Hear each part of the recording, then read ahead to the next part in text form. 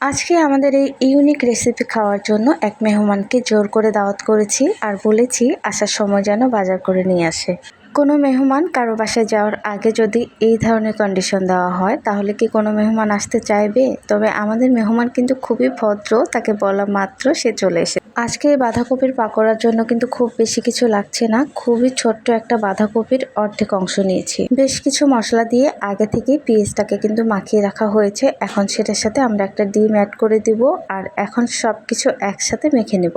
আর এই মাখানোর কাজটা খুবই আলতো হাতে করতে হবে, কারণ বাঁধাকপিটা একদম কচি ছিল। এটা যদি খুব জোর দিয়ে মাখা যায় তাহলে বাঁধাকপিটা গলে যাবে, তখন আর বাঁধাকপির পাকোড়া মনে হবে না, খেতে খুব একটা মজা লাগবে না।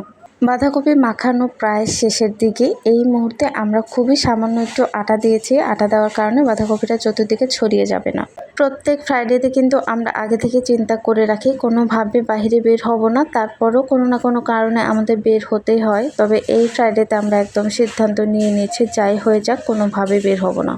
কথা বলতে বলতে এদিকে কিন্তু মাখানোর কাজ কমপ্লিট হয়ে গেছে, এখন শুধু ভাজার পালা। আর ভাজার আগে আমি কিন্তু সর্বপ্রথম ছোট্ট একটা ডুবুরিকে তেলের মধ্যে ডুবিয়ে দিয়েছি দেখার জন্য তেলটা আদৌ ঠিকঠাক আছে কিনা।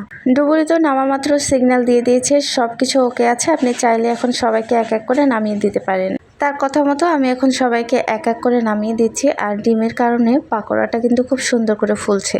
আমাদের পাকোড়া ভাজা হতে না হতে আমাদের মেহমান কিন্তু চলে এসেছে, বাজারঘাট করে নিয়ে চলে এসেছে ঠিক যেভাবে আমি বলেছিলাম। মেহমান আসার পরপরই কিন্তু একদম গরম গরম ধোয়া ওঠা পাকোড়া খেতে দেওয়া হয়েছে। তারা খেয়ে কিন্তু বলেছে অনেক মজা হয়েছে। আর মেহমানরা আসার সময় কিন্তু আমাদের জন্য গরম গরম ধোয়া ওঠা ভাপা পিঠা এনেছিল। এটা কিন্তু আমার বাজারে কন্ডিশনের মধ্যে ছিল না, তারা নিজে থেকে এনেছে। যাই হোক, এই শীতে প্রথমবার ভাপা পিঠা খেলাম, তাও আবার মেহমানরা নিজে থেকে এনেছে।